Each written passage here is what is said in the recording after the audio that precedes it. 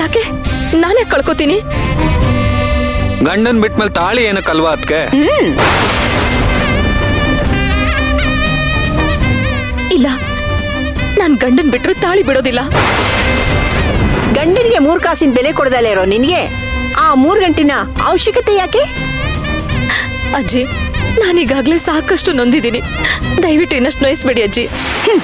ನೀನ್ ಮಾಡ್ತಿರೋ ಕೆಲ್ಸಕ್ಕಿಂತ ನಾನ್ ಮಾತಾಡ್ತಿರೋದು ಅಷ್ಟೊಂದು ಕಠಿಣವಾಗಿಲ್ಲ ಬಿಡು. ಭಾವ, ನೋಡಿ ಅಜ್ಜಿ ಹೇಗ್ ಚುಚ್ಚು ಮಾತಾಡ್ತಿದ್ದಾರೆ ಅಂತ. ಹೋಗ್ಲಿ ಬಿಡಿ ಅಜ್ಜಿ, ಅದಕ್ಕೆ ಮನ್ಸಿಗೆ ಯಾಕೆ ನೋವು ಮಾಡ್ತೀರಾ? ಅಯ್ಯೋ ಸಾಕ್ ಸುಮ್ನೆ ಇರೋ. ಇವಳು ಮಾಡ್ತಿರೋ ಅನಾಹುತದಿಂದ ಮನೇಲಿ 1-2 ಆಗ್ತಿದೆ. ನನ್ಗಂತೂ ನೋಡಿ ನೋಡಿ ಸಾಕಾಗೋಗಿದೆ.